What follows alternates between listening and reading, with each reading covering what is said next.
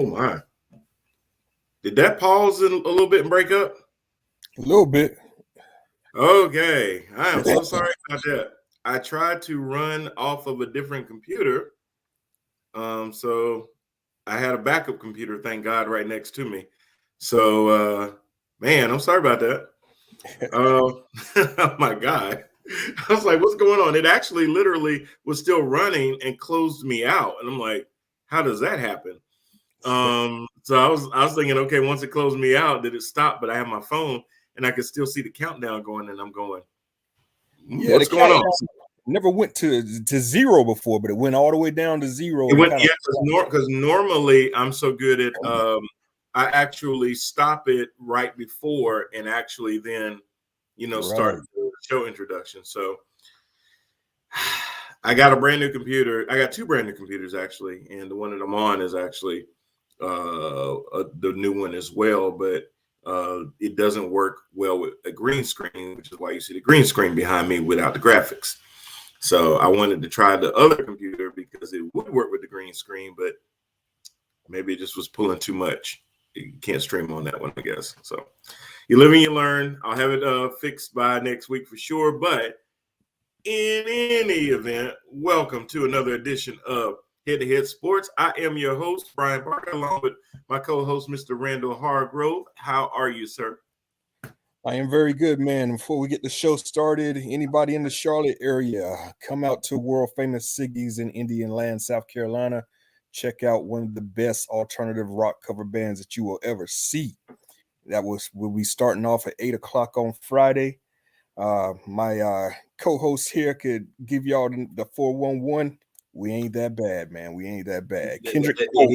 Yeah, he's being way too modest. They are way too good, y'all. They are awesome. If you know it, they can play it. I mean, I don't know how they do it like that, but they can just whip it and just rock with it. And I'm just like, every time I hear y'all play, man, it's just like, wow, that's just crazy. I mean, y'all, it's a cover band. I mean, they play it just like music that you would normally hear. So it's a very, very good band, very, very good time. Never disappoint. So yeah, definitely. If you have the opportunity, and there's going to be some more dates, and just stay tuned. Rand, when you post those dates on your Kendrick Cult page or on your main page, I'll also share it on Empower as well, just so people can be able to see it in more locations. I saw that. Appreciate it, sir. Oh yeah, absolutely, absolutely. That's what we do. That's what we do. And we want to promote. Jermaine says where? Siggy's, Siggy, in Indian Land, South Carolina. If you can't get to this one, we got plenty of more on the books. We'll keep you posted. Yeah. I see that you guys are already in high demand, and you're just starting a new season up. So that's really, really cool too. Lord, now I got to pull up everything else on my other computer. I got 3 computers in front of me, Rand. Oh man. That's what you do. That's what you do. And because I mean, we're not just on Roku, YouTube, Facebook, LinkedIn. We're also now on Amazon Fire TV. So my Fire TV people, where you at? We got programming for you. If you are a content creator, maybe you do short films. Maybe you have your own podcast, but it's a video version of it, and you would like to air it on our Roku, Amazon Fire platform. Please reach out to me at theparkermedia@gmail.com, and we'll work it out and see about getting your podcast short films on our site. So please check it out. Roku Empower TV. And then we also have our sports show. We have our main show on Thursdays at 6 p.m. Sports show 6 p.m. on Wednesdays. We've been going pretty hard this NFL season. I believe, if I'm calculating correct, we had 18 regular games. So that's 18 weeks. And then I think we've been going 3 weeks now. So 21 weeks altogether. Week 22, here we are, and still standing. And Anthony Price jumps on and says, welcome to the NFL with Tom Brady retirement or the Super Bowl don't matter. it's all about Flores in the NFL. We'll definitely touch on that briefly, but we'll touch on that. Anthony will also touch on how you feel about your new team's name, the Commanders. Ooh, I'm afraid. Boy, like sorry. That strikes a lot of fear in me. No, I'm just kidding. You know what? I'm so okay with different names and stuff because at the end of the day, success breeds a whole lot of everything else. You know, when the Memphis Grizzlies came out being the Grizzlies or the Toronto Raptors being a damn dinosaur, trust me, I wasn't all that enthused. But once they started winning, you don't really think about, a pink dinosaur, whatever the hell the thing is, purple, whatever.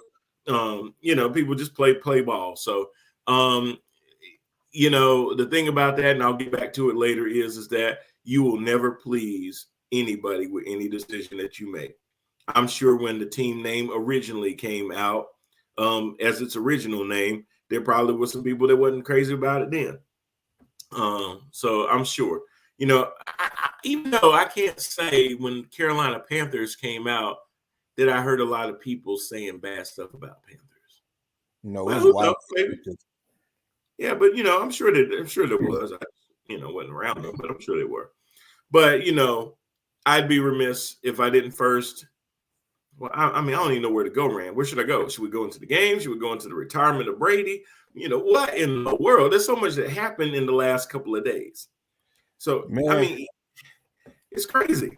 Yeah, it's a crazy ride. Before we even get to the football games, who was it? Who was it? Anthony or Jermaine that posted talking about Flores? We could start right there, man. If you want. All right, let's do it. Anthony posted about Flores. For a lot of people that don't know, Brian Flores was the head coach of the Miami Dolphins, who, after winning his last 8 games, I believe, was unceremoniously shown the door and terminated. And immediately after his termination, when people were like, well, damn, what did you expect from this dude? I mean, what else could he have done? It was like, well, he's definitely going to be one of the top prospects out there because of what he did with Miami. They won some really impressive games. They beat Tennessee. They were killing their division, and they were going through a lot of things back and forth about who's your quarterback. Is it Tua or waiting for Deshaun Watson to come save us? There were a lot of things going on at the time. So he did a lot under the circumstances, and some allegations that he's bringing out is even putting out a lot more stuff out there that he was going through. But Flores started interviewing with several teams, and the thing that finally set him off was, I believe it was the Jets. Was it the Jets? No, not the Jets. The Giants. And he had an interview with coming up, and he got a text message from Bill Belichick congratulating him on getting the job. And he was like, well, I ain't even interviewed yet. And come to find out, he meant to send a text to Brian Dable, who the Giants had hired. And he thought he was texting him, but he was texting Brian Flores. And Flores then basically called on to the fact that, hey, if they've already picked their guy, why the heck am I sitting here going to interview when basically the cake has already been baked? You just parading me in for your affirmative action hire, which is known in the NFL as the Rooney Rule, that basically says for a head coaching position, you need to interview 2 minority candidates before you settle on the guy that you wanted before you even talk to those guys anyway.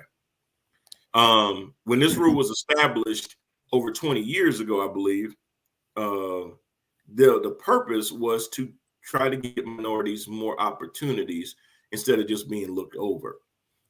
It just kind of basically became a formality where you basically just talk to somebody already knowing who you really want. And that disingenuous at best, but that's pretty much the wink and the nod that the NFL has played for all of these years. Now, there were 9 coaching vacancies ran when the off season started for a lot of the teams that are not playing anymore. And there is still to date only one black head coach in the NFL. That would be your coach, Mike Tomlin. Yeah, and I jumped the gun last week when I said Leftwich got picked up. They're still having a little bit of trouble with that one. So Because he Leftwich, wants the GM fired. Yeah. yeah, he wants that GM out of there. And I'm sure he has his reasons. I'm sure his reasons are legitimate. But I mean, just getting back to Flores, that is absolutely ridiculous, man. Do you know how furious I would be to find out that I have an interview scheduled? And my interview is on a Friday, but then I found out on a Tuesday, basically, that you've already hired your candidate and you've already started the hiring process paperwork. What are you talking to me for? People's Right. time is valuable. It's valuable. And this guy, Mhm. I'm sure, wasting money on hotels, flights to be able to interview for a job, a position that he's qualified for, that he wants, but will never be hired. That is Right. such ridiculous waste of time. And not on top of only not just that, his interview in Denver that I'm hearing about, where Yeah. They were your late boy Elway and drunk. shows up drunk and late. What are we doing here? Yeah. And I think people, Rand, don't understand that when something is your passion and you're in an interview like that, you're trying to convince somebody that, it's one thing if you run a McDonald's and you want me to be your fry cook and you want me to be in charge of your fries. It's another thing to say, now just put it in context. The Denver Broncos are now for sale. Okay. They are officially for sale as of today. The going price is going to be northwards of $4 billion. Billion, as in Brian.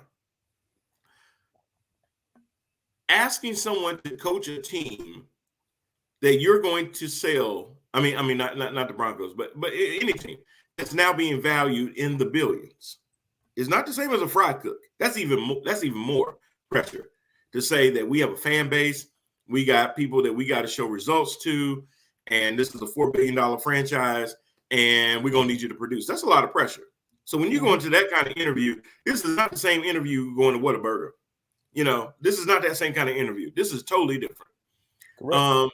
And there are only 32 organizations in the NFL like that. So this is very exclusive. And you having that opportunity, you want to put your best foot forward. You want to make sure that you present yourself in the best light and you give yourself a chance to get the job. So you have to prepare yourself mentally to do that. Now, how would you sit there and approach it sitting in that interview, knowing good and well hell that you have no chance of Zero. getting it because they've already found the guy? And here's the other thing. How is it that Bill Belichick knew about it before you did? You know what I'm saying? It's infuriating to sit there and think about it, man.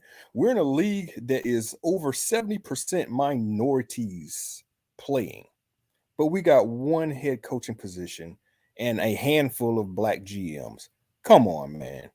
Yeah. This Rooney Rule that was supposed to fix things needs to be looked at again, because these people have evidently skirted around it and found loopholes in it, and it's no longer effective.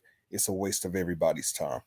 Yeah. Flores is an outstanding coach. I would have this guy in Carolina here yesterday if I Oh had yeah. the opportunity to. Now, I would do that to Matt Rule, where Matt Rule be like, "Hey, is this my office? Because why has it got a black guy's picture with his wife on it?" Oh, Matt, that's right. We hired Brian Flores last week. We just forgot to get around to telling you, man. I'm sorry, man. Now that could happen, and I wouldn't be mad at that at all. Nope. Somehow, I just think that that's a little different. I don't know how to explain it, but it's a little different to me. Anthony says Flores was scheduled a second interview with 6 teams, but it was canceled because they thought he got the Giants job. See, that's the other thing too, because Lost opportunity. Yep. lost opportunities and things like that. He also says Jay-Z wanted to buy a team, but they turned that down quickly. Didn't the Panthers do that to Ron Rivera? No. No, I didn't do that to Ron Rivera, but they did unceremoniously say goodbye, thanks, but no thanks. And I mean, you know, the thing about the Panthers, I will say this, Anthony, when they love you, they love you.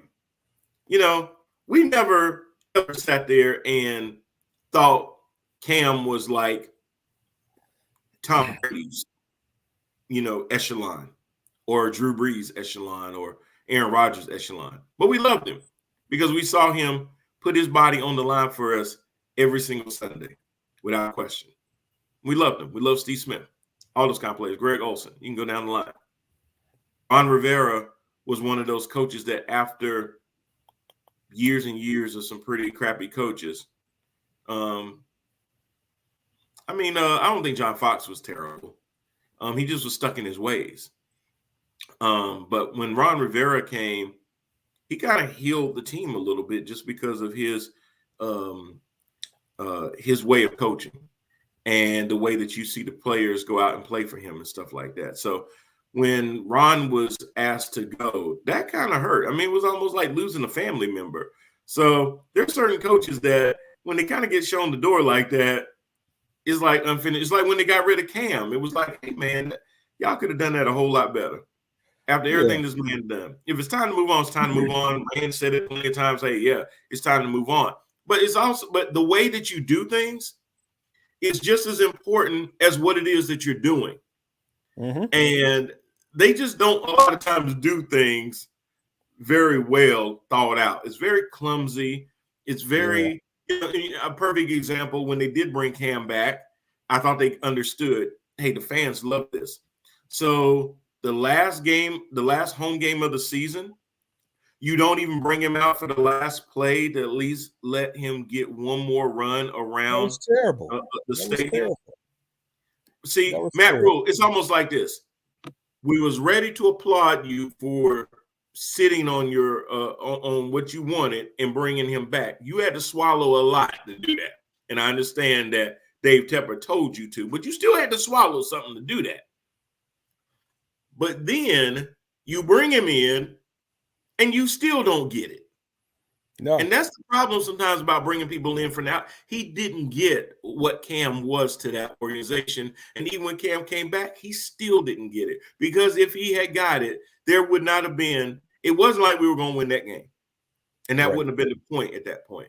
But it would have been nice for you to at least have him come out and let the fans let him know how we feel about him, since they didn't let us do that the first time.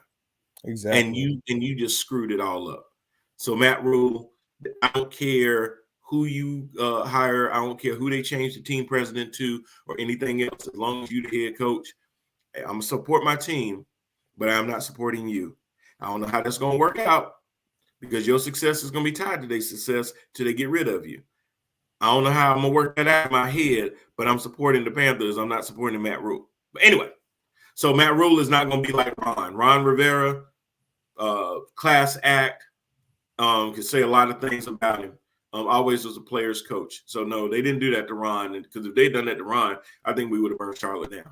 I ain't condoning violence. Or, don't get me wrong with no riots. But they would have burned Charlotte down. I'm sorry. Anyway, I know that's why. You know why it hurts when they let coaches go like that is because Carolina seems to pick these guys that have such close ties to the community, man.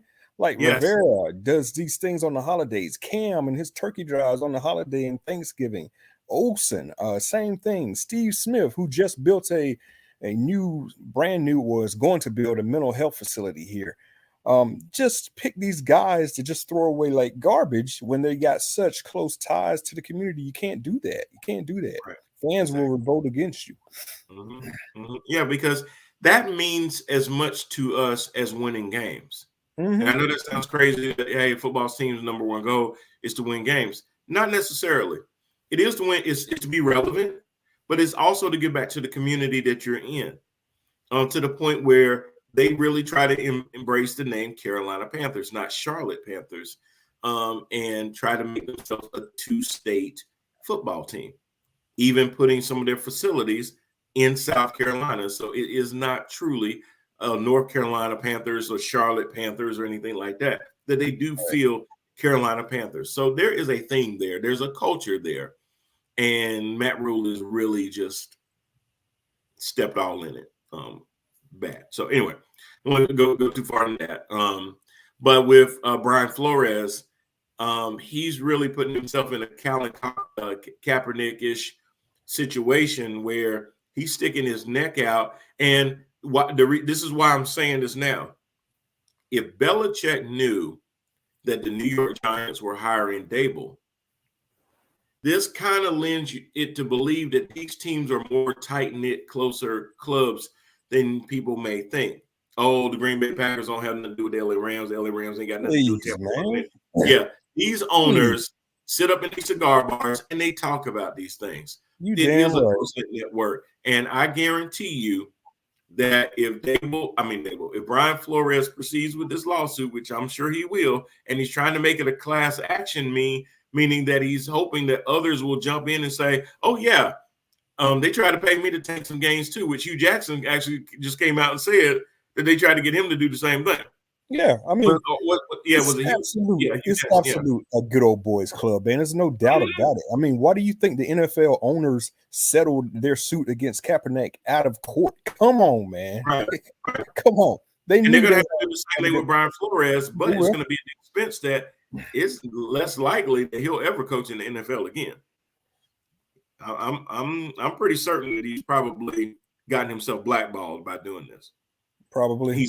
Because he's already has interviews on CNN, ESPN, and he's put it out there. He's got his lawyers and everything else. So he's going to be a martyr. I mean, hopefully things change, kind of like how we were trying to hope things would change with Kaepernick once they realized that, hey, taking a knee doesn't mean that you're against your country like they try to brand it. And it still didn't change him being able to get a job in the NFL.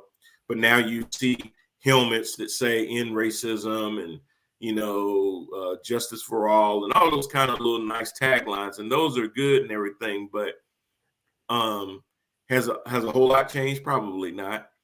But is it a little bit better than where it was with Kaepernick? At least they're not sitting there killing players for taking a knee, but they still don't really want you to express how you feel about social justice. But you know what, man? How unfortunate is that? You know, what has Flores done? You gave the man a job. He had 2 back-to-back winning seasons. He wants another head coaching opportunity after his owner tries to bribe him to lose games by giving him $100K per games that he lost. So he refuses to do that, and because of that, he's let go. And some other things he's let go that the owner, I'm sure, was not happy with. But what has Flores actually done wrong? He's done nothing wrong except seek an opportunity and then speak out when he was mistreated. And because of that, these owners will probably go into conclusion against him, same as Kaepernick, and he won't get another NFL opportunity. That is shady as hell. And the NFL needs to clean that up. I'm gonna say this right after I read Anthony's comments. Just like people say Deion Sanders is going to be the next head coach of the Dallas Cowboys, we all know Jerry Jones not hiring a black coach. Hell to the no. Not happening. Not happening. And then he said that's why Mike Tomlin is quiet. He don't want to be blackballed next. I don't think Mike Tomlin is going to necessarily be quiet on it. I just don't think he's been asked. I don't think nobody's seen him to ask him how he feel about it yet. It's just because it just came out. Mike Tomlin to me does not make me think that he's somebody that does not tell you exactly how he feels. No, he is not. When I think about Mike Tomlin, that just does not even pop into my head. If I would say anything about Mike Tomlin, the first phrase that would come out of my mouth is brutally honest. Yes. He'll just lay it out the way that it is. So Tomlin's actually the exact opposite of that. It's like when the Steelers, when they lost Cowher as their head coach, the next candidate in line was their offensive line coach, Russ Grimm. Everybody said he had the job. He had interviewed. And then the Steelers followed through with the Rooney Rule and had Tomlin to come in for an interview. And he was so impressive, so honest, so brutally honest, so professional that he just knocked the interview out the box. And they ended up telling Russ Grimm, you don't have the job. we're going with Tomlin. So he was actually the exact opposite of some of the stuff that we're hearing about right now. I do not expect Tomlin to come out and speak about this, but if he's asked, I don't expect him to lie or be quiet about it either. Right. Yeah, same thing. Now this, Rand, it's funny because our new show is on Thursdays at 6:00. Tune in. And one of the subjects that we were going to go over tomorrow is about, we're hiring Supreme Court justice apparently, and they're going to be African American because Joe Biden has already said that. Well, Brian, why are you bringing that up? Because there's a lot of pushback on him saying that it's going to be somebody that's African American, as if that automatically means that person is not going to be as qualified. Yeah, you see the little the Indios, it's just. And you're right. And here's the thing. Not only is this person going to be qualified, they will have to be more qualified than anybody else times 10. Has to be. And when you have a Mike Tomlin, when you have a Brian Flores, when you have Cully, when you have all these other African-American coaches come in, they just can't be ordinary. He can't just have a winning record. That ain't good enough. No. He got to go to the Super Bowl. He got to win 13 games. He can't win 9 games. No. But Joe Judge can mire in crap. Matt Patricia can be just okay. Josh McDaniels can flop in Denver, and they'll get another chance. Matt Rule could get a 7-year contract coming out of college doing nothing. NFL experience. You're absolutely right, man. You're absolutely right. So no matter what, when you're talking about having an African-American coach, he has to be so much better. He can't just be good. Winning records should be good. It ain't good enough. That's what they did to Jim Caldwell. All he did in Detroit was have winning records. What wasn't good enough? Nope. Wasn't good enough. And you look at that and you go, okay, there's definitely a different standard. Whether it's being implicitly said or not, it is obvious. It's obvious.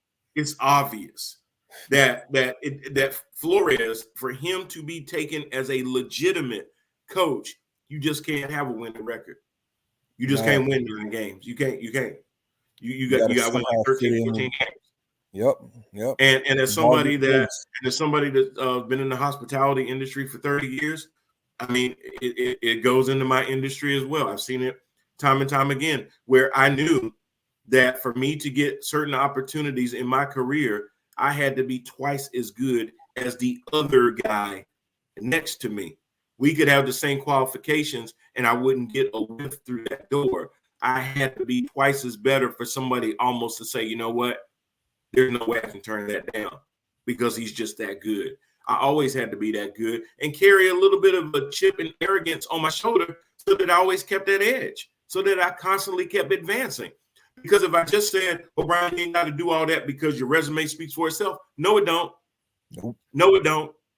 Your resume don't speak for yourself when you're black. Your resume got to be impeccable.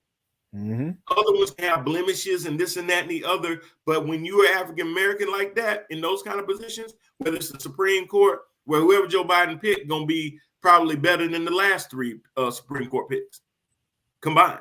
They're going to have to be so that people can say nothing. They will have nothing to hold you to. They're going to say, you know what? You got me. You got me. Of course you had to pick him. Anthony says they had that freaking bum, Adam Gase. Oh, God. Whoa. Yeah. Oh, you hit that one. Who did nothing in Miami, and he effing waltzed into the Jets. Thank you. Yeah, another great example. Great example. Beautiful. Oh, I'm sorry. That wasn't Anthony. That was Brad. Hey, Brad. Sorry. What's up, Brad? I'm so mad I couldn't even see straight, Brad. Yeah, that's how mad it makes me because it is just so unfortunate that when you're an African-American coach, being good isn't good enough. Yeah, it does. And that has to be addressed. It has to be addressed. It does anger you. It makes you mad. It pisses me off to know some of the stuff that I'm reading about what happened in Miami and in Denver. So it's just, I figured we'd go ahead and get this knocked out right now so we could go ahead and start with some football afterwards, because to kind of do it vice versa would probably be a little hard, man. Yeah. Yeah, I'm getting mad because man, I'm gonna be honest, because it didn't just start with he said Brad says Flores had 2 winning seasons in Miami, gets the hook. Brave move by him bringing the suit, absolutely. Yep. And it harkens me back to those days where a unicorn in the NFL was a black quarterback, because there was all this thing about, can he process reads? Can he go through his reads? It was a cerebral thing. Remember Man, that? don't even start that. Don't You remember that? even That was that that thing where it had to be, the black quarterback was just so much better before they started getting accepted. You couldn't turn down a Michael Vick. You couldn't turn down a Cordell Stewart. You couldn't turn down Randall Cunningham. You couldn't turn down Donovan McNabb. It had to start with that. Brad says, and guess who defended the Giants? Oh, the Giants moved to get Dable, Tiki effing Barber. Yeah, Brad, Yeah. I'm gonna say what I want to say about that on the show tomorrow, because I can't say that on this sports show. I already read your mind, B. So it's all good. I think it starts with an S.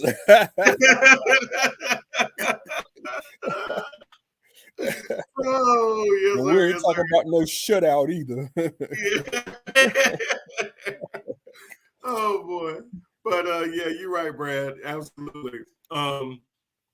Yeah, that just brings that back, that old wound of, now when we talk about, Mahomes and Lamar Jackson and even Sean Watson before he got tripped up in his thing, and the days of Cam and all these other high profile African American quarterbacks out there, it wasn't always like that. And I hope that they understand that history. Kyler Murray's, the things that they have now that 20 years ago, they wouldn't have gave you a chance. They wouldn't have gave you a chance to be able to show that. And now we're still dealing with that from the very top of the football team, is to find an African-American coach that you can believe can be a leader of men. And for some reason, they think you can be a great defensive coordinator, special teams coach, all these kind of things. But to actually give that headset to you is just almost a bridge too far for a lot of these folks. And if you think about it in a lot of ways, it could be very cultural. A lot of these owners are in their 70s and 80s. And back when they were growing up, they could have never imagined. So there is a lot of that too. And I ain't going to defend it, because you got to change as the times change. But I believe that there's a lot to unpack in that. And we'll keep an eye on the Brian Flores situation and see what other coaches step up and start to speak out as well. Yep. And that's, that's why I will always have Warren Moon in my top 5 for all-time quarterbacks. We're looking at a guy right out of college that the NFL just told, no, you're not going to play quarterback. Go to Canada. Yeah. We'll give you a chance at cornerback. We'll give you a chance at safety, but you're not going to play quarterback. He had to stick to his guns, go to Canada until he was 32 years old, past his prime. Then he gets his shot in the NFL. And comes into balls the NFL and steal balls. So yeah, Warren Moon will always be always top 5 greatest quarterbacks of all time. Yep. Amen, brother. Amen. Well, whew, Lord Jesus. After all that, we still had some other things going on this weekend. Let's get to the game first, and then we'll get to TB12. All right. Because I don't want it to look like I'm disrespecting the games. I'm really not. This week, last show, I was like, man, we had a great divisional conference championship weekend. 4 games, phenomenal, just absolutely bonkers. And I'm just like, look, I'm so glad we have a Monday night game, because I just didn't know if I would be able to watch it after that weekend. Well, this past weekend, I'm not going to lie, Rand, it was just as crazy. You just did not know until the end what was going to happen. Bengals, Chiefs. I called this game. You did. You did. And sometimes there's what I like to call willful ignorance. And what I mean by that is, people say, man, the Bengals are young, they're this, they're that. They have a history of not sealing the deal and everything else. There is nobody on that team that know what the hell you talking about. All that happened before they was born. They are willfully ignorant of their history because they were not around to see it. Yeah. Okay. Now there are other teams that does not apply to, such as the Dallas Cowboys. They wasn't around either because 25 years ago, most of them were in the single digits. That is indeed the last time that they sniffed the Super Bowl. So that doesn't always calculate, but there's other things with the Cowboys, Jerry Jones, that keep playing into that. And the Bengals don't have Jerry Jones. But the Bengals have this willful ignorance of not understanding that you're not supposed to be here. So they think that they are. And they don't see themselves as an underdog like everybody else did. And Rand, I'm going to tell you, if you recall, the one criticism that I have had about the Kansas City Chiefs since we've been doing this show is that they start out fast and then they take their foot off the gas. Yeah. That's Rand, they did it again. They scored 3 points in the second half. They had some help with this one. You know, they did. I don't know what attached you to Cincinnati in the preseason because you said they was going to win. I think you said they was going to win the North, and I was like, you got to be crazy. I did. But here we are. They won it, and here we are. Not only that, they're going to the Super Bowl. I don't know what attached you to that team, but props to you, sir, for real though. But God, you done made me lose my train of thought with that one. Yeah, they had some help with this one. In the second half, I have to give Cincinnati just hats off as far as halftime adjustments. Matt Rule. Right. Hello. They made an incredible halftime adjustment. You know, they were not getting to Mahomes pressure-wise. He was like tearing them apart, picking them apart. But they made one simple adjustment, which is to start dropping their defensive end into coverage and use them as a spy against Mahomes. And it kind of just, that extra man in the middle there just confused the hell out of him. I don't know what happened. I don't know what happened, man. And people look like figuring him out, man. People figuring I think that's the blueprint. I think Cincinnati laid the blueprint going forward on how to confuse Mahomes. You got to spy him, kind of like you had to Vic back in the days. And I think the blueprint has been made. Other teams are going to start to copy it. You know how that goes.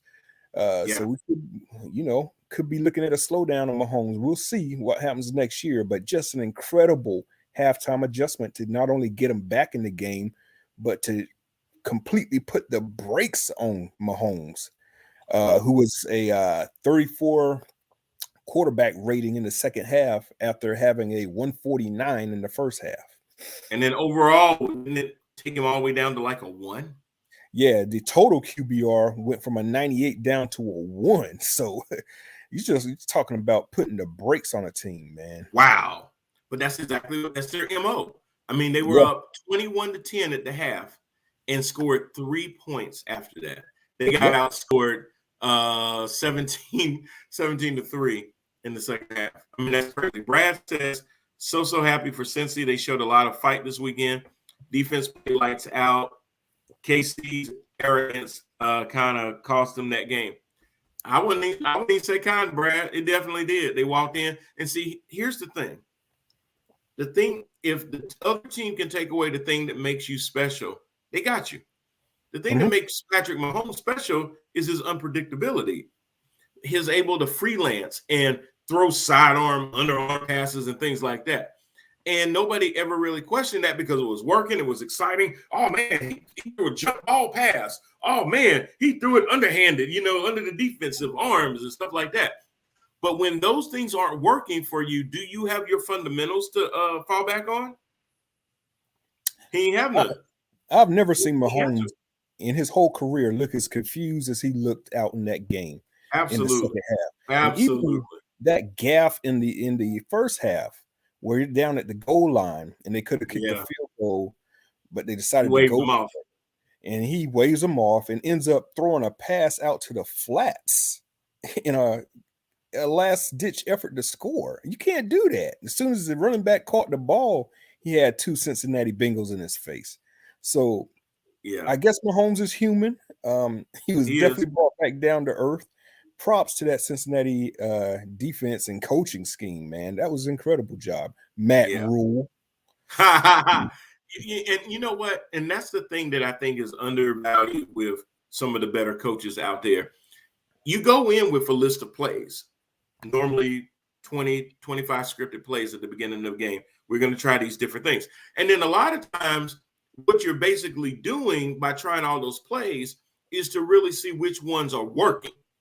Okay, we did this play, but we did it power left. Let's do a power right. Oh, okay, it works both ways. And a lot of times, take Bill Belichick. I've seen Bill Belichick run the same play 15 times in a row. Yeah, make you stop. Because it kept working. It was like, make me do something different. Because if you don't, I'm just going to keep giving you the same scheme, same look. And you know what? We're going to do it hurry up so we don't even allow you to substitute and give you guys a break. We just going to ram it down your throat. I've seen him do that plenty of times. Yep. But I've also seen him go, well, you know what? This wasn't working at halftime. This wasn't working, but that was working. So we're going to make some adjustments and stuff like that. Great coaches make adjustments. It's a crazy coach that sits there and says, you know what? We ain't been doing all this well. We'll just keep doing it, and maybe it'll turn around on its own. Brad says, I still think their running game has gone down over the years, and it hurts them big time. Yes, it does. It's either ineffective or they choose not to run enough. Absolutely, is that they try so much to lean on their passing game because they got Kelsey, they got Tyreek Hill, they got Pringle. They get away from their run. Their running backs basically become extensions of receivers. For example, Mecole Hardman only ran 2 for 18, but he caught 3 for 52. Clyde Edwards-Helaire actually did the most damage on the ground. I'm sorry, Jared McKinnon did the most on the ground, 12 for 65, but he also caught 3 for 30. So they use their running backs, and there's nothing wrong with using your backs as checkdowns and stuff like that. But they're running, normally your running backs catching is an extension of your running game. Their running backs catching is an extension of their passing game. That's all it is, because they're designed bubble screens and things like that. They're not really check downs. They're actually designed that way. And sometimes they just get a little too cute. Sometimes I've seen Kansas City take away the easy play trying to be too cute, and then it ends up costing them. Yeah, when you're up 21-3, I mean, you need to start salting some of that clock, and you do that with your running game. But bingo, back to your point and Brad's point, you start to shorten the clock so it puts other team in a urgency mode. Yeah, they never thought once they didn't get those points at the end to make it 24 to 10. Oh, we're in this game. Yeah, you gave them the momentum. But they think they are so good and so elite as a passing offense that they don't need their running game. And there are times where you're going to need your run game because, hey, I mean, it takes time off the clock. And the clock becomes the enemy of the other team, not just your team. Exactly.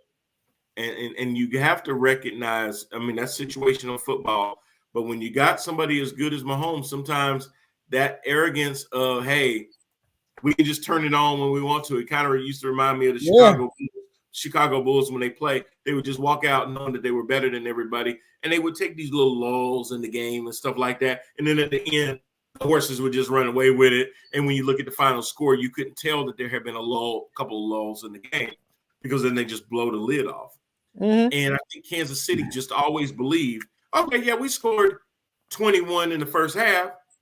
Well, we know we're starting out slow, but at any given time, we'll just pick it right back up. Yep. And I've seen them get burned by that so many times that I always say, hey, listen, that game was a lot closer than they had to be. Yeah, they eked it out. But, man, they should have blew the top off that game. And then you just wonder why. You can't tell me you scored 21 points in the first half and you can only muster a field goal in 2 more quarters. And it really felt that way too. Just like you were saying, it felt like, oh, Kansas, I mean, the Bengals are coming back on us. They're in the game, but we could go ahead and step on the gas again if we need to and take this thing. At the end of the game, where they're down there about to score the winning touchdown, I didn't really see no sense of urgency with that. Thought they were going to go ahead and, pass in the end zone. Kansas City goes up. But what happens? Mahomes has another gaffe. And instead of throwing the ball away, he retreats like 17 yards and almost That was gets pushed out crazy. of field goal range. I'm That like, was what are crazy. you doing? Yeah, so absolutely, it was just a total meltdown. Again, Cincinnati, I said this last week, they're playing with house money because everybody was picking Kansas City. You go in there, you're a lot looser because even if you lose, everybody will say, you know what? Hell of a season by Cincinnati. Can't take that away from you. You won your division. You won playoff game for the first time in 30 years almost. So there were so many things. You did it with a quarterback playing in his first full season because he got hurt midway through the first season. So there were so many things they could have hung their hat on and wouldn't have. Now they would have been disappointed had they not won the game. But just from an overall standpoint, it's not the same as Green Bay losing, where people said, "Hey, it was Super Bowl or bust."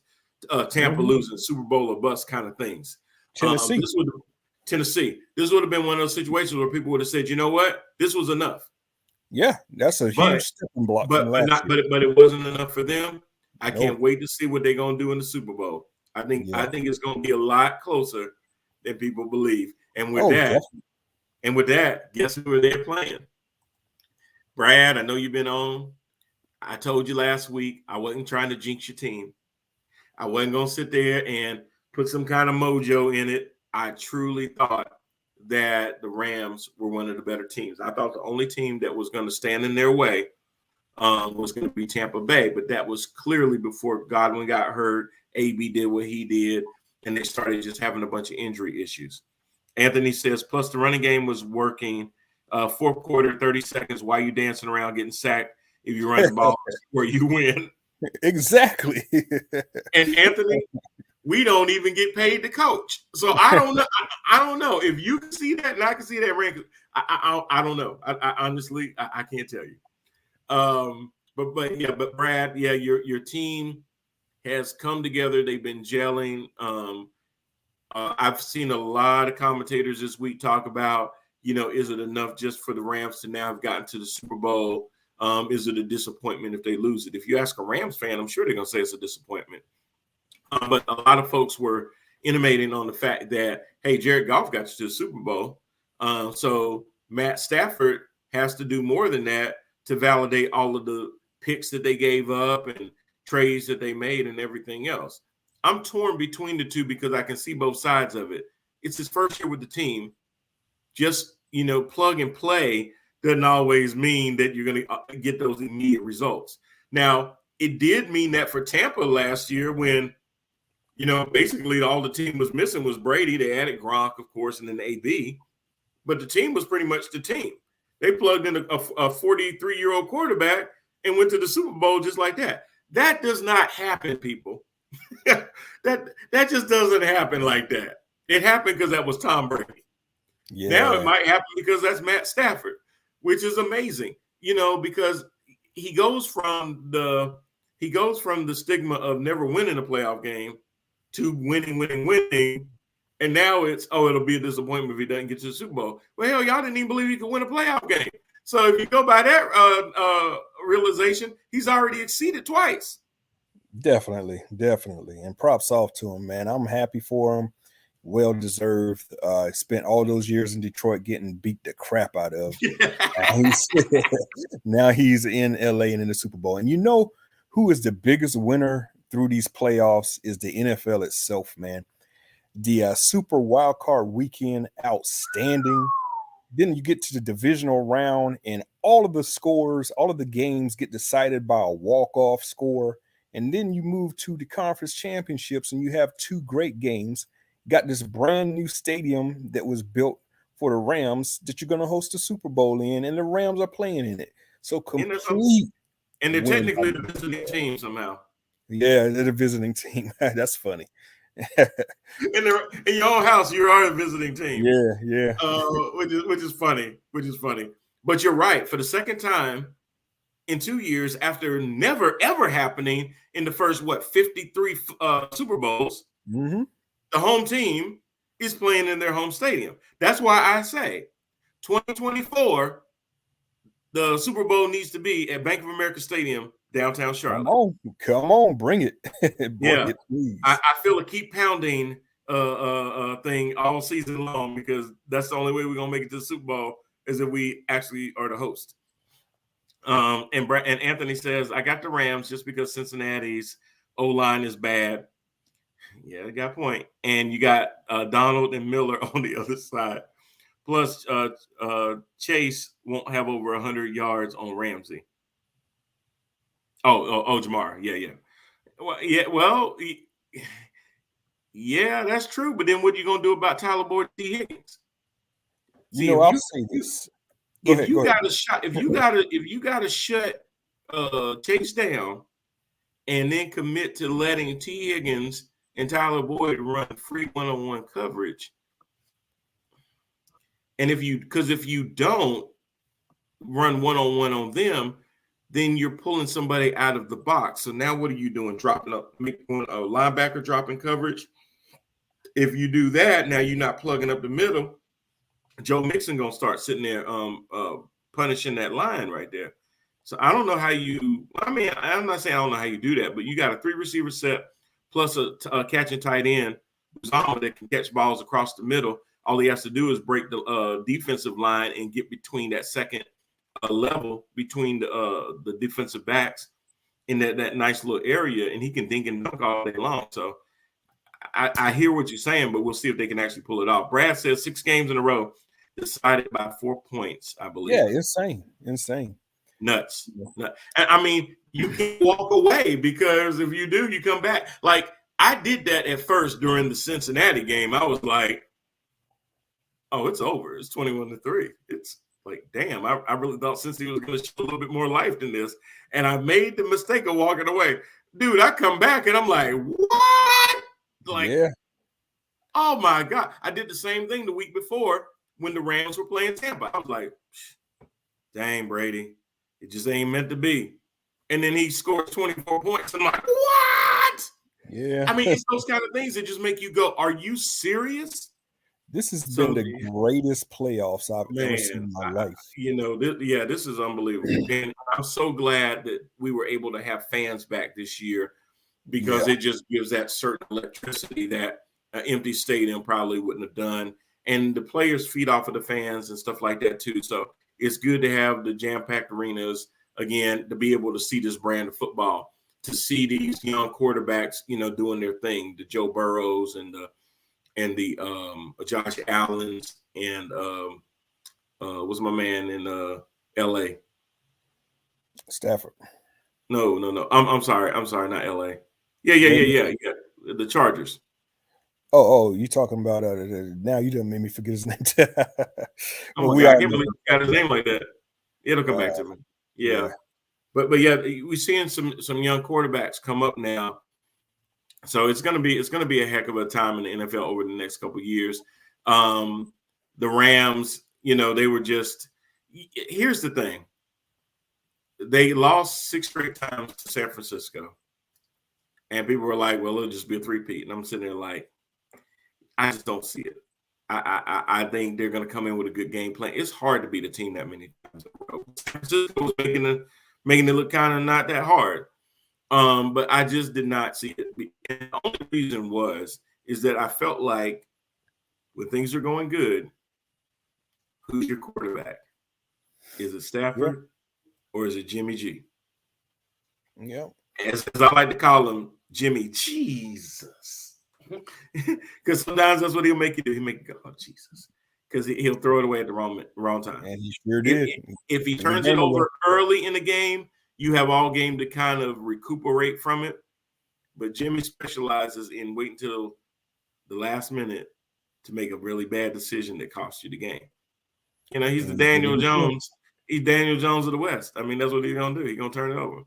And it's not a question of if he's going to turn it over. It's just when. Yeah, because that final drive, I was waiting. Yeah, I knew it was coming. I knew it was coming too. I was just waiting on it. Like, okay, like how is he going to snatch victory from the jaws of defeat? I already knew it was going to happen.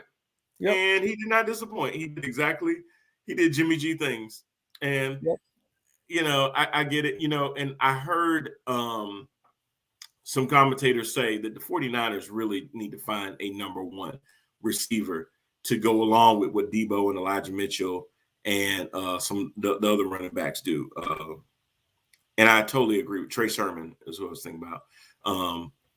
And I totally agree with that. I think once they really get a good receiver, a number one, Ayuk is okay, but they need a number one. They'll be okay. And a quarterback, because from what I'm hearing today, it looks like Jimmy G and the 49ers are mutually trying to find a trade for Jimmy G. As long as it ain't Pittsburgh or Carolina, I don't care where he goes. You know, I've heard both. I've heard Tampa. Both. I've heard Tampa. I've heard Carolina. I've heard Pittsburgh. I've heard Denver. They don't have a quarterback. That could work. I don't think Tampa would make sense for Jimmy G because, I mean, my God, how much more Brady's shadow do you want to be in? Like, get out of that for real. I can see Carolina doing it, even though I don't want them to. I could see Pittsburgh doing it, even though I don't want them to. So we'll see where Jimmy G goes. But last but not least, I'm sorry. So we got a Super Bowl in 2 weeks. Before that, we'll have the Pro Bowl. I don't know how much of the Pro Bowl I'm going to watch. It's kind of like watching the NBA All-Star game. No defense. It's just going to be crazy. It'll be a shootout. So, and Dak, I don't know why you refuse to play. I mean, get you one more game, dog. Just go ahead and play. But Dak isn't going to play. Cowboys get missing, they disappear. So I guess he's going to be like his fans. He's just going to disappear. Poof. Dak probably still mad with the referees. Oh, boo-boo. Yeah, maybe he heard that the referee that ran up behind him is going to be officiating in the Pro Bowl. Right. I agree with you, Brad. That's why I brought up Denver. Would you rather have Jimmy G or Teddy B? Jimmy G. I'm not a Teddy B fan, man. I've never been a Teddy B. And even when he was at Louisville, I ain't like Teddy B. Now, I know that's going to make me look crazy saying that, but, I just say it. I never really thought of him as that good. I mean, the scheme that he ran was such a spread offense in Louisville. You don't run that in the NFL like that. He benefited from the scheme that they ran in college. They don't run that in the NFL. I'm not saying that they shouldn't. They just don't. They don't spread them out like that anymore, Rand. You got 2x2 receiver sets split out. Tight end is a blocking tight end, but can still catch after the initial chips and stuff like that. Running backs are also chip blockers and stuff like that. And you got a fullback. He had all that in Louisville. They couldn't get to him. He was never under pressure. And then back then he would actually run and make himself a dual threat. So you really couldn't be an over-aggressive defense, because if he stepped up into the pocket, now you're behind him. He could take off and run and get 8, 9, 10 yards right in front of him because there's nobody close. All of the DBs got their backs faced to him because they're trying to guard the receivers going down the field. That's how Teddy beat you at Louisville when he was in college. That ain't the same dude. That ain't the same dude in Denver right now. So, no, I'd rather have Jimmy. Would I rather have a Ford Escort or a Chevy Chevette? I know. It is that close. It is that close. I'm not saying that Jimmy G is dynamic. He's not a runner, but neither is Teddy, because there's plenty of times when Teddy could take off and run, but it looks like he has a little bit of baggage in his head where he's like, I don't want to be the next. I don't want to be Jameis. I don't want to go through what I went through the first time. And I understand that. But when the Red Sea opens up like that and you won't run through it, I don't know. And your receivers are covered. Now, him and Patrick really found a nice connection. So I'm not totally discounting Teddy Bridgewater. Maybe I still got sour grapes, Brad, because he did absolutely nothing when he was in Carolina. Well, he didn't do very much in Denver either. I mean, he had a very hot start, and honestly, not he didn't do anything at all. He didn't do anything in New Orleans when Drew Brees was out. They just asked him to be a game manager. Same thing they asked Taysom Hill, Simeon, and Winston to do. Well, It's Winston, they crazy gave a because little bit more range to. But yeah, they should be a game manager. Don't lose us the game. He was Mac Jones. it was crazy because like he was the exact same story in Denver as we saw here in Carolina. You know, he had a very promising start, had a good rapport with his wide receivers. Then all of a sudden that just disappears for the second half of the year. It's Yeah, like Denver was in the unexplainable. running for the West for a little bit. Unexplainable. Yeah. Yeah. So yeah, you gotta give me a better comparison than Jimmy G or Teddy B. I don't know. Yeah. Just to I'm answer your not. I'm not question. sold. Now, I'm not. I'm also not sold on Trey Lance. I really don't know what the 49ers are doing. I think they may find out sooner than later. I'm going to say it now. They gonna find that they don't have the next whatever. They got the next Ryan Leaf. But anyway, um, I know that's going to be a lot to swallow for 49ers fan, but I don't think Trey Lance is your answer at all. I just don't know. I just don't think so. But I could be wrong, and hopefully he proves me wrong. I don't mind coming on and saying, "Hey, I was wrong," but we've only seen a small sample size, so it may not necessarily be the fairest thing. I just don't see it. I just don't see the attributes of an NFL From quarterback. old It's school so hard. quarterback, that's gonna be a I said the very same thing. I said the same thing about Kyler Murray.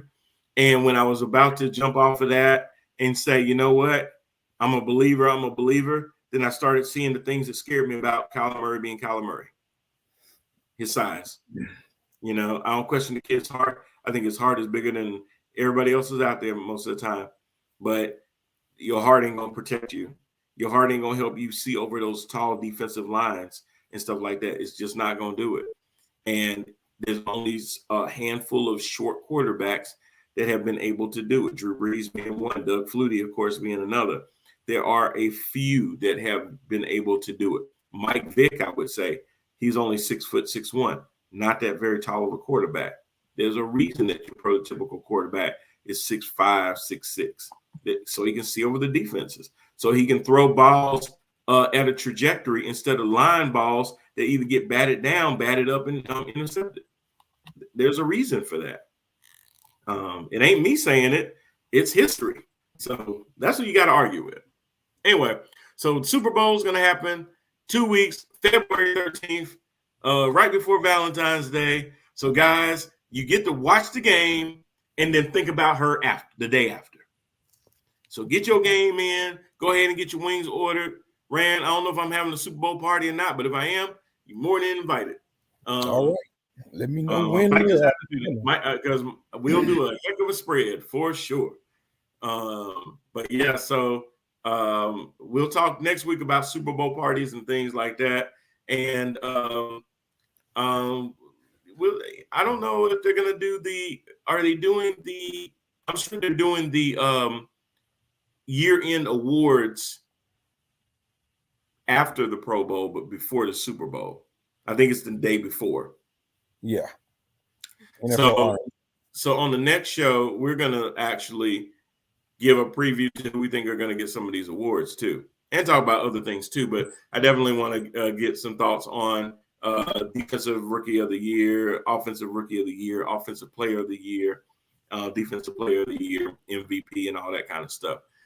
Before we get out of here, last but not least, it was brought up by Adam Schefter and another reporter over the weekend that Tom Brady was pretty much decided that he was going to retire. Then his agent came out and said, pump the brakes. Only Tom gets to make that decision. And then even on his Let's Go podcast on Monday with Jim Gray and Larry Fitzgerald, he really just said, hey, I'm still processing. And then the very next morning on Instagram, he says, no, I'm done. So he had to know when he talked to Jim Gray, hey, I made my decision, but I'm not going to make the announcement on this podcast.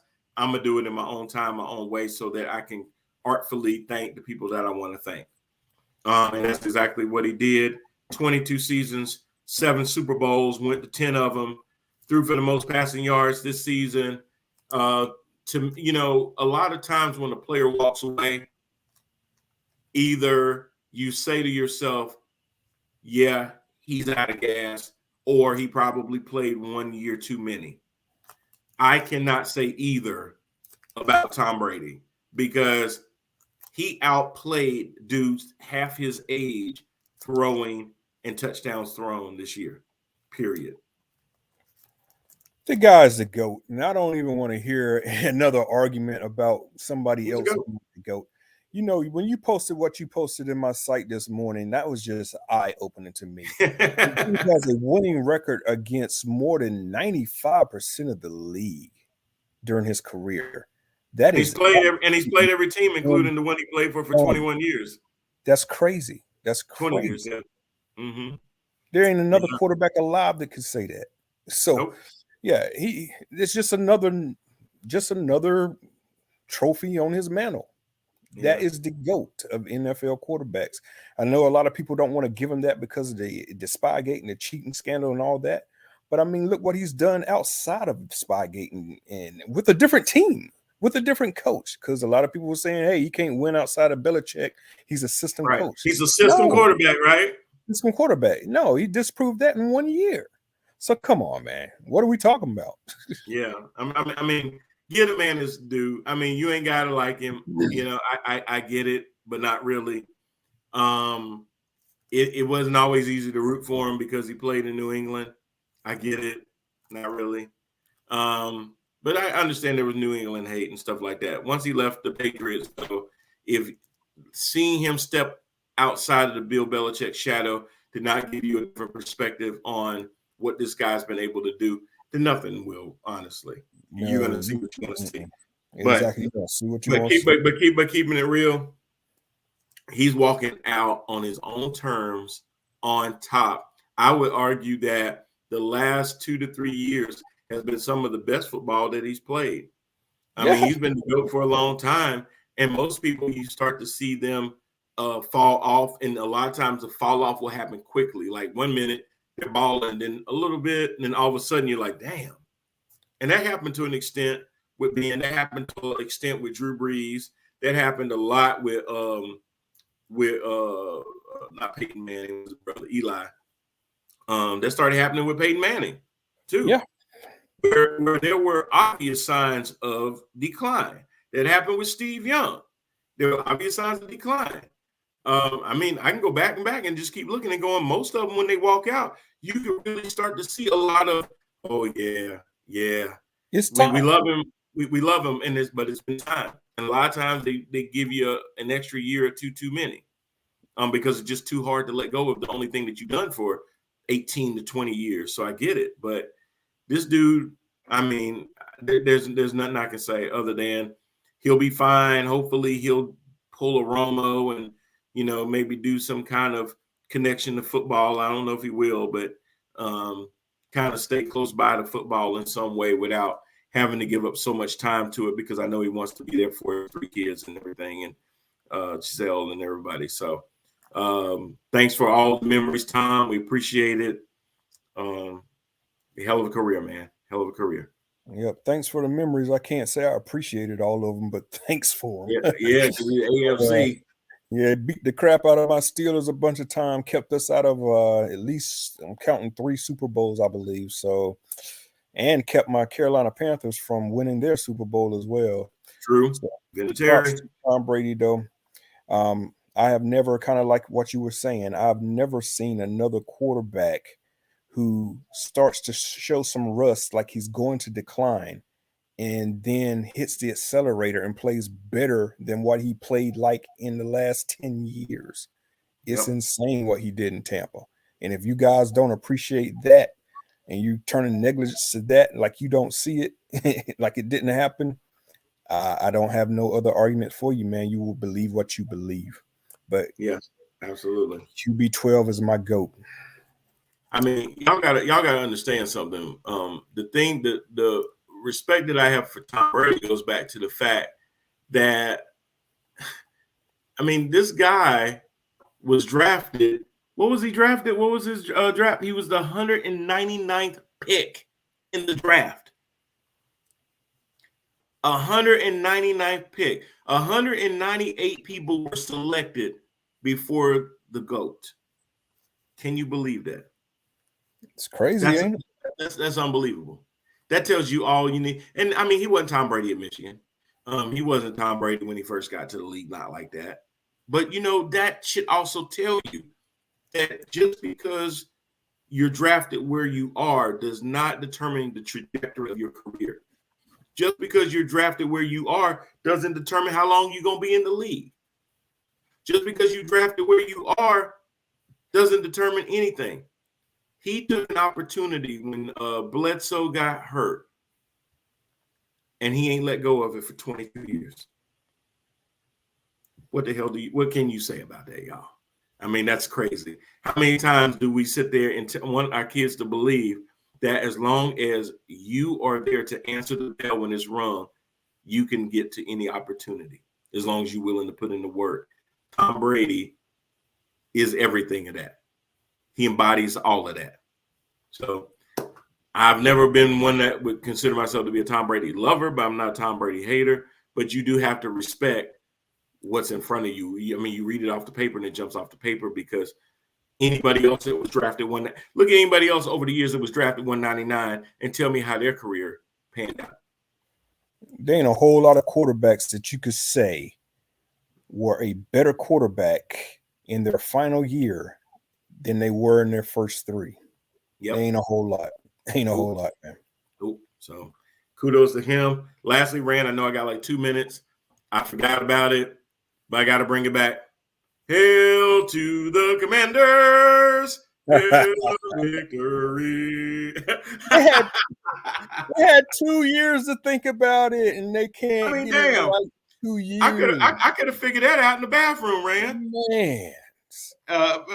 Brad, hate him, cheating ass bastards. How you really feel?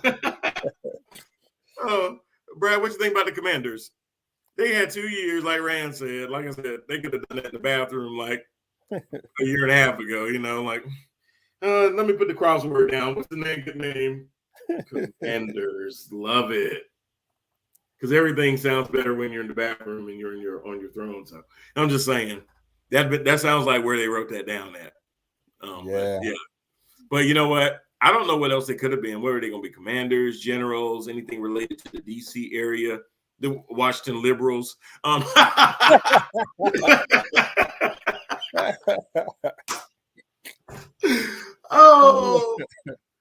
man, I love that one.